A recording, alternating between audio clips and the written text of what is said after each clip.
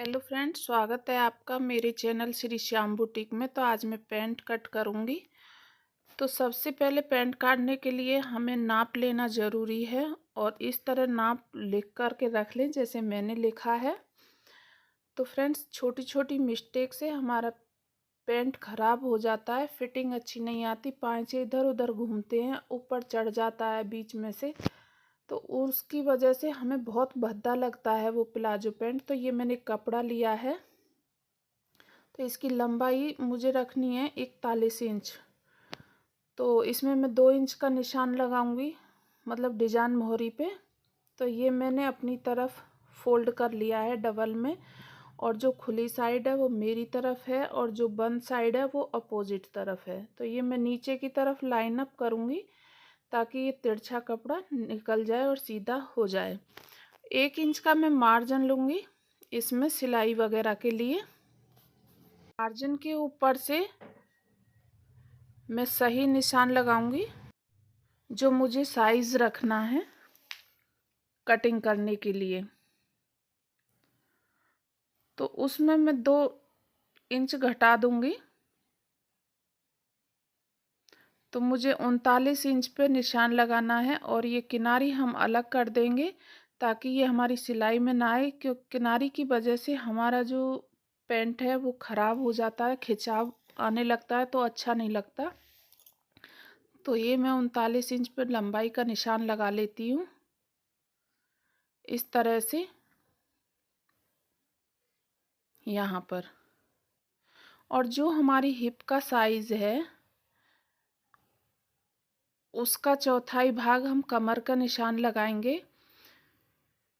तो हमारी हिप है 46 इंच, तो उसका चौथाई भाग आएगा 11.5 इंच। तो 11.5 इंच पे निशान लगाने के बाद मैं 2 इंच एक्स्ट्रा रखूँगी। अगर किसी को नहीं पता होता चौथाई भाग कैसे निकालना है तो 46 इंच करके ऐसे डबल फोल्ड कर दें और फिर इसको डबल का भी हाफ कर लें और फिर देख लें कितना आया है। तो ये बिल्कुल एकदम सीधा तरीका है, इसमें हिसाब लगाने की भी ज़रूरत नहीं पड़ती है। तो इस तरह से मुझे निशान लगा लेना है और 2 इंच ये मैं एक्स्ट्रा इसमें निशान लगाऊंगी इस तरह से। तो हिप का चौथाई भाग ही हमें आसन के लिए लगाना है और उसमें हमें 2 इंच एक्स्ट्रा और जोड़ देना है। तो ये हो गया 13 इंच। तो 13 इंच पे मैं आसन का निशान लगा लूँगी इस तरह से और इसको मैं सीधा लाइन अप कर लूँगी।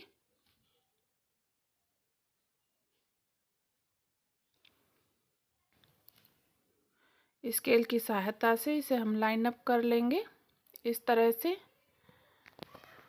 तो चूँकि ये हैवी साइज़ है तो मैं इसमें 3 इंच की गोलाई के लिए मार्जिन रखूँगी और इससे कम साइज़ होता है तो 2 इंच 2.5 इंच तक हम इसमें रख लेते हैं। जो नॉर्मल होता है, जो बिल्कुल हैवी साइज़ होता है उसमें 3 साढ़े 3 इंच तक हमें लेना पड़ता है मार्जिन लूजिंग के लिए। तो ये हम बीच में सेंटर निकालेंगे।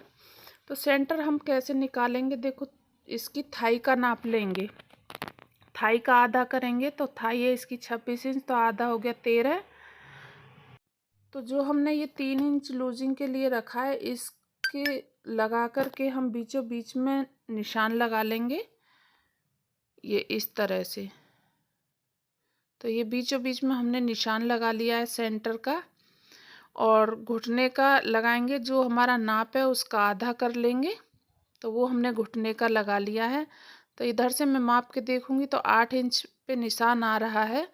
तो 8 इंच पे मैंने ऐसे निशान लगा लिया है और फिर इसे सीधा कर लेंगे स्केल की सहायता से इस तरह से।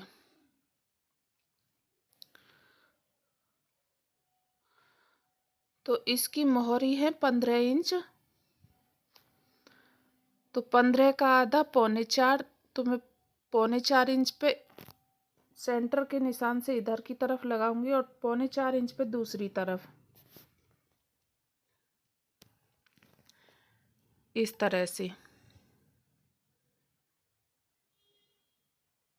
ये देखो इस तरह से, क्योंकि अगर मैं इसे कोने से ही पांचे का निशान लगा देती हूँ तो वो हमारी पैंट बिल्कुल ख़राब कर देगा और फिटिंग भी नहीं आएगी। और आसन का लगाऊंगी मैं 1.25 इंच पे, इस तरह से, क्योंकि हमें ज़्यादा गहराई नहीं देनी है आसन में। अगर हम गहराई देते हैं हैवी साइज़ प्लाजो में तो वो क्या है, वो अंदर की तरफ खिंचाव आने लगता है।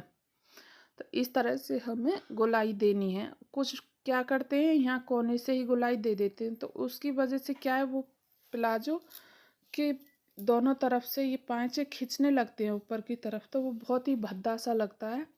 और यहाँ से हम आधा इंच की गहराई देंगे इस तरह से।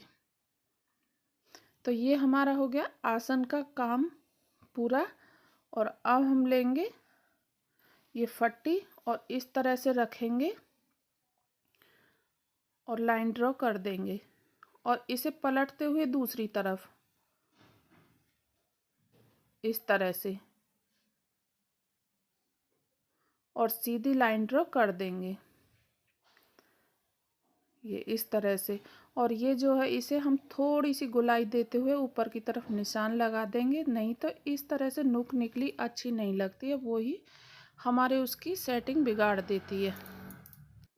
इसमें भी अब हम सेंटर का निशान लगाएंगे और 5 इंच की दूरी पर निशान लगा करके इस तरह से और 1-1 इंच दोनों तरफ लगाएंगे। तो ये हम एक डॉट डाल लेंगे दोनों तरफ 1-1। इससे क्या है, हमारी यहाँ पैंट की फिटिंग थोड़ा अच्छी आती है और अच्छा भी लगता है।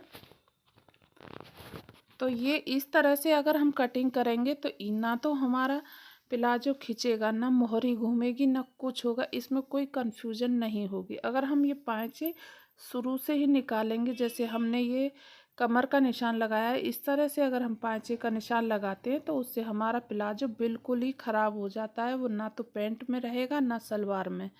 तो इस तरह हमें कटिंग कर लेनी है। तो ये हमने फ्रंट पार्ट की कटिंग करी है और अब हम करेंगे बैक पार्ट की। तो इसे हम हटा देते हैं और फिर से हम उसी तरह कपड़ा लेंगे जिस तरह मैंने फ्रंट पार्ट के लिया था। तो इस तरह से फैला लेंगे इस कपड़े को। तो फ्रेंड्स, अगर आप मेरे चैनल पर नए हैं, रोज़ाना एक नई वीडियो देखना चाहते हैं तो मेरे चैनल को सब्सक्राइब कर लें और बगल में लगे बेल आइकन को ज़रूर प्रेस कर लें ताकि मेरी हर वीडियो की नोटिफिकेशन आपके पास तक पहुंचती रहे।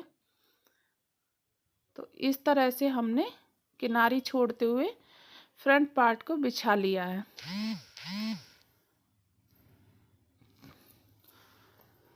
तो अब हम इसमें 3 इंच आगे की तरफ लेंगे कमर पे और नीचे की तरफ आसन के लिए मिला देंगे। ये देखो 3 इंच हमने नीचे से बढ़ाया था, 3 इंच हम ऊपर से बढ़ा लेंगे अब। और इसको नीचे की तरफ हम लाइन अप करेंगे और ऊपर की तरफ हम 4 इंच पे निशान लगाएंगे और 1 इंच बेल्ट के लिए छोड़ते हुए हम तिरछा निशान लगा लेंगे इस तरह से, क्योंकि हमें इस कोने से नहीं मिलाना है फ्रंट पार्ट के से, वो हमारा गलत होगा और प्लाजो की फिटिंग ख़राब कर देगा। तो इस तरह हमें 1 इंच की दूरी बेल्ट की छोड़ते हुए तिरछी लाइन अप कर लेनी है इस तरह से।